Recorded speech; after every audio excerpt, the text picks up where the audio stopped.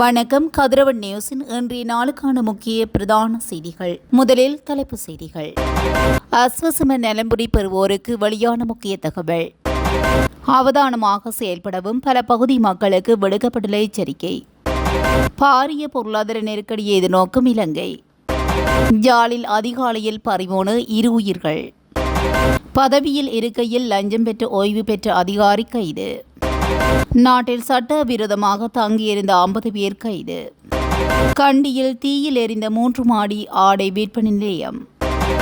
ஜாலில் இருந்து பயணித்த காரில் இரவில் நேர்ந்த அசம்பாவிதம். இலங்கையில் மருந்து பற்றாக்குறை ஏற்படும் அபாயம், வெளியான எச்சரிக்கை. சம்மி சில்வாவை உடன் பதவி விலகுமாறு உத்தரவு, ஜனாதிபதி அனுராத் ரெட்டி. போதை மாத்திரைகளுடன் மாதம்பையில் சந்தேக நபர் ஒருவர் கைது. இலங்கைக்கு நகர்வெடுத்துள்ள இந்திய போர்க்கப்பல். மட்டக்களப்பில் சுட்டுக் கொல்லப்பட்ட விவசாயி பிரேத பரிசோதனையில் வெளியான தகவல். மத்திய மலைநாட்டில் நிலவும் மழையுடனான காலநிலை, வெள்ளக்காடான கிராமம். தொடர்பான விரிவான செய்திகள். அஸ்வசம நலன்புரி திட்டத்தின் கீழ் ஏப்ரல் மாதத்துக்குரிய முதியோர் கொடுப்பனவுகள் இன்று வங்கிகளுக்கு அனுப்பப்பட்டுள்ளதாக நலன்புரி நன்மைகள் சபை தெரிவித்துள்ளது.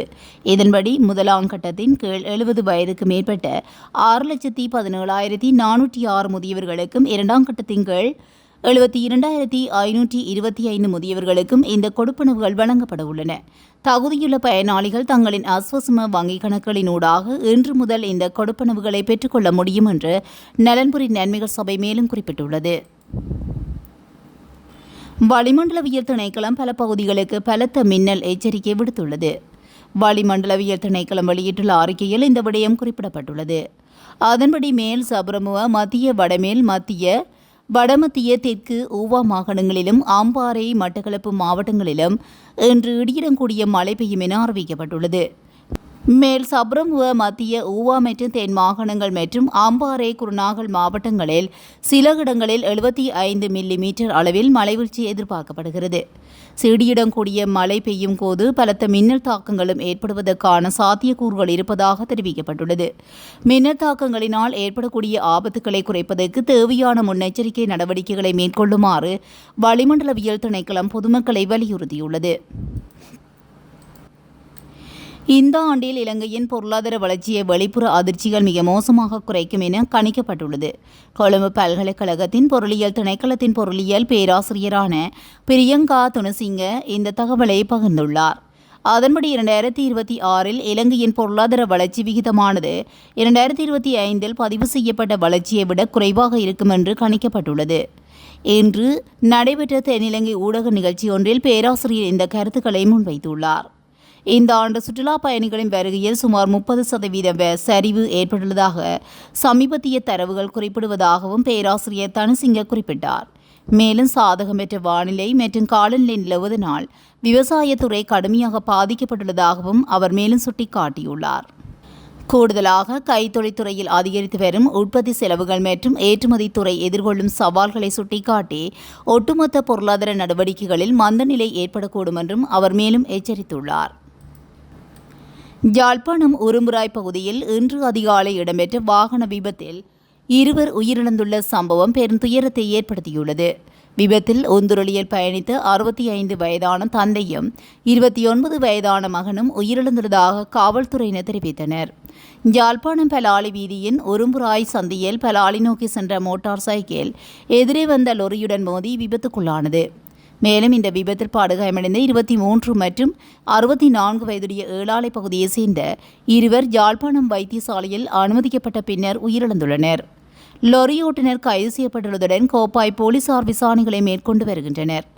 உடல்கள் யாழ்ப்பாணம் போதனா மருத்துவமனையில் வைக்கப்பட்டுள்ளதாகவும் சம்பவம் தொடர்பில் கனரக வாகனத்தின் சாரதி கைது செய்யப்பட்டுள்ளதுடன் மேலதிக விசாரணைகளை போலீசார் மேற்கொண்டு வருகின்றனர். சுகாதார அமைச்சின் முன்னாள் தலைமை சட்ட அதிகாரி ஒருவர் லஞ்ச ஊழல் விசாரணை ஆணைக்குழுவின் அதிகாரிகளால் கைது செய்யப்பட்டுள்ளார்.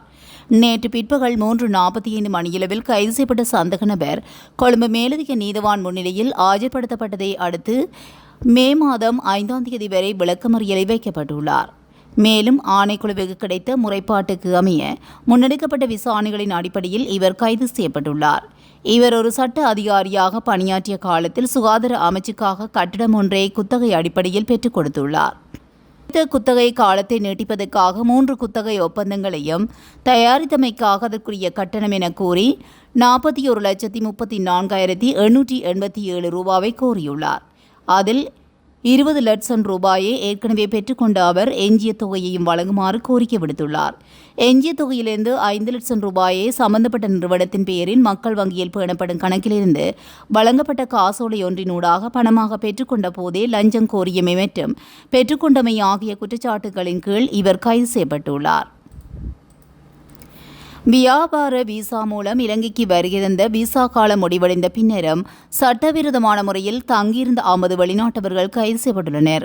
குடிவரவு குடியகழ்வு திணைக்களத்தின் விசாரணை பிரிவினரால் நேற்றைய தினம் கைது செய்யப்பட்டுள்ளனர். இந்த குழுவில் 47 சீன நாட்டவர்களும் 2 மலேசியா நாட்டவர்களும் ஒரு இந்திய நாட்டவரும் அடங்குகின்றனர்.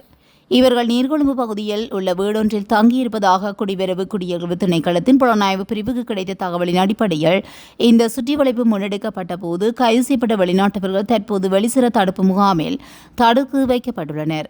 அத்துடன் அவர்களை விரைவில் நாட்டிலிருந்து வெளியேற்றுவதற்கு நடவடிக்கை எடுக்கப்பட உள்ளதாக தெரிவிக்கப்பட்டுள்ளது. கண்டி மெனிக்கின்ன நகரில் அமைந்துள்ள 3 மாடி வர்த்தக கட்டிடம் ஒன்றில் இன்று அதிகாலை ஏற்பட்ட பயங்கர தீ விபத்தினால் அக்கட்டிடம் முழுமையாக தீக்கிரையாகியுள்ளது.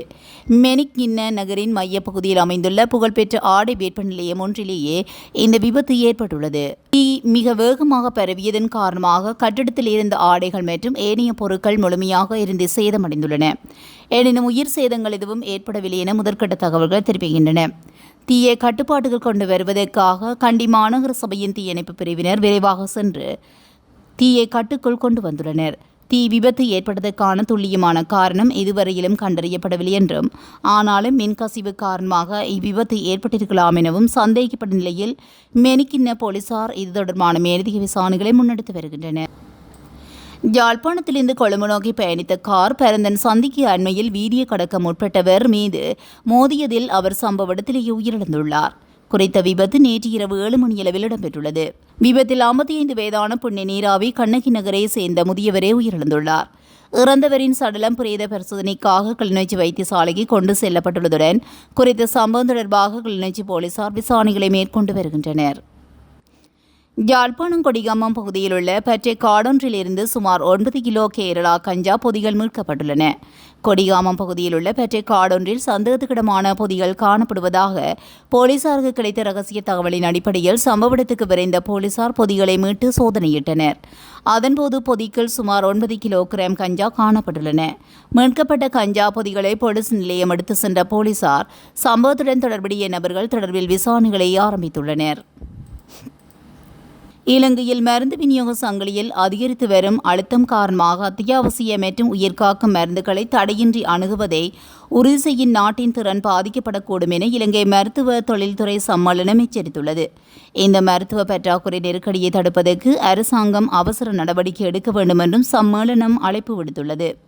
உடனடி மற்றும் நடைமுறை நடவடிக்கைகள் எடுக்கப்படாவிட்டால் தனியார் மற்றும் பொது சுகாதாரத்துறைகளில் அதிகரித்து வரும் தட்டுப்பாட்டை இலங்கை எதிர்கொள்ளக்கூடும் என்றும், இது நோயாளிகள், மருத்துவமனைகள் மற்றும் முழு சுகாதார கட்டமைப்பையும் கடுமையான அழுத்தத்துக்கு உள்ளாக்கும் என்றும் சுட்டிக்காட்டப்பட்டுள்ளது. இலங்கை கிரிக்கெட் நிறுவனத்தின் தலைவர் சம்மி சில்வாவை உடனடியாக பதவியிலிருந்து விலகுமாறு ஜனாதிபதி அனுரகுமார் திசாநாயக்க உத்தரவிட்டுள்ளதாக தகவல்கள் வெளியாகியுள்ளன. வீரர்களிடமிருந்து பல்வேறு தரப்பினரிடமிருந்தும் எழுந்த கடும் அழுத்தங்களுக்கு மத்தியில் ஜனாதிபதி இந்த தீர்மானத்தை எடுத்துள்ளதாக தெரிய வருகிறது. இதன்படி சம்மி சில்வாவுக்கு பதிலாக முன்னாள் கிரிக்கெட் வீரரும் நாடாளுமன்ற உறுப்பினருமான ஏரான் விக்ரமரத்ன தலைமையில் இந்த புதிய இடைக்கால குழு ஒன்று நியமிக்கப்பட உள்ளதாக கூறப்படுகிறது. கடந்த 8 ஆண்டுகளாக அரசியல் செல்வாக்கு மற்றும் முறைகேடான அதிகார பலத்தின் மூலம் தலைவர் பதவியில் நீடித்து வந்த சம்மி சில்வா தற்போது தனது பதவியை இழக்கும் நிலைக்கு தள்ளப்பட்டுள்ளதாக செய்திகள் தெரிவிக்கின்றன. சட்டவிரோதமான முறையில் நாட்டுக்குள் கொண்டு வரப்பட்ட பெருமளவிலான போதை மாத்திரைகளுடன் சந்தேக நபர் ஒருவர் மாதம்பை காவல்துறையினரால் கைது செய்யப்பட்டுள்ளனர். புத்தள மாதம்பை காவல்துறை பிரிவுக்குட்பட்ட கெலக்கிட்டியாவ பகுதியில் நேற்று மாலை இந்த நடவடிக்கை முன்னெடுக்கப்பட்டுள்ளது. இவ்வாறு கைது செய்யப்பட்ட சந்தேக நபர் கட்பட்டி பகுதியை சேர்ந்த 43 வயதுடையவர் என அடையாளம் காணப்பட்டுள்ளார். நுரைச்சோலையிலிருந்து கொழும்பு நோக்கி பயணித்த லொரியொன்றினை வழிமறித்து சோதனையிட்ட போதே அதில் கடத்தி வரப்பட்ட 2,16,000 போதை மாத்திரைகள் கைப்பற்றப்பட்டுள்ளதாக தெரிவிக்கப்பட்டுள்ளது. சம்பவம் தொடர்பில் லொரியின் சாரதி கைது செய்யப்பட்டுள்ளதுடன் மேலதிக விசாரணைகளை மாதமே காவல்துறையினர் முன்னெடுத்து வருகின்றனர். இந்திய கடற்படைக்கு சொந்தமான INS போர்க்கப்பல் நேற்று காலை கொழும்பு துறைமுகத்தை வந்தடைந்துள்ளது.